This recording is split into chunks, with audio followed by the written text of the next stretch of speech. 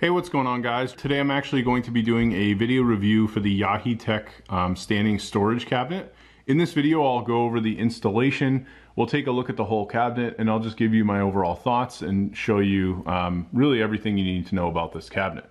So first off, starting with the cabinet itself, you have pretty good size storage here on the bottom. Basically, you've got black hardware all throughout. They've got these nice handles, both on the drawers on the top and the bottom, as well as a pull-out drawer in the center. Starting with the bottom, you basically have pretty nice storage down here at the base. It comes by default with one shelf here at the top, and then you can optionally either add or choose to not use, which, as you can see, I'm not using a shelf here on the bottom. You can move this at either the highest level, the middle, or the lowest, as you can see where the holes are. You sort of have a little bit of choice and freedom there as to what to do. I decided to leave this area open because I wanted to be able to store larger items. For example, I could take something like a crock pot and easily fit that here. There's more than enough space to store something like that. Everything was fairly straightforward in terms of getting this set up. You do have a nice drawer here in the center as well. Here were some of the extra parts. I haven't actually wall mounted this yet, but it does give you options for that too. But you do have a nice pull-out drawer here, as you can see, slides nicely and works really well. On the top, you've got two drawers. These are basically same deal. The one on the top is sort of in a fixed position, and then this one you can move either at the top, the middle, or the bottom. This is basically in the middle position, and it creates nice even spacing between the two bottom ones with a little bit more space at the top.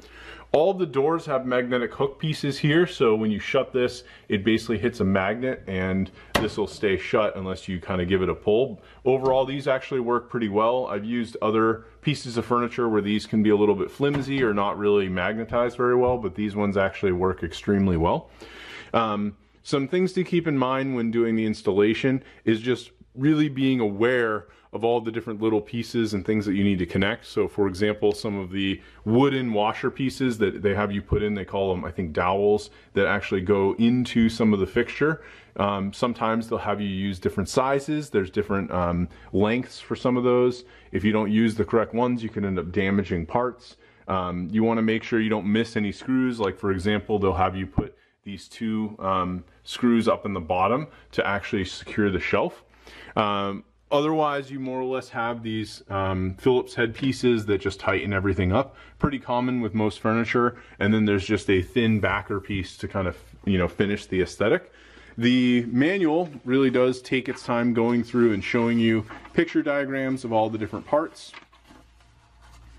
Kind of just get this focused here so you guys can see. And we'll just get to some of the installation. This kind of shows you a blown up diagram of everything. Overall, it took me probably about 2 to 2.5 hours to build the whole thing. It takes a while to unpack everything. It actually came in 2 separate boxes, but they do give you nice picture diagrams. I was able to assemble everything on my own. The only part where I would have maybe recommended assistance is when you go to connect this top piece. It pretty much is separated by this center part here. When you go to connect that, you have to bring the whole thing up and over. I was able to do it as one person, but it probably would have been safer to do it with a second person to make sure it all connected and everything, was a little smoother to get it fully seated properly.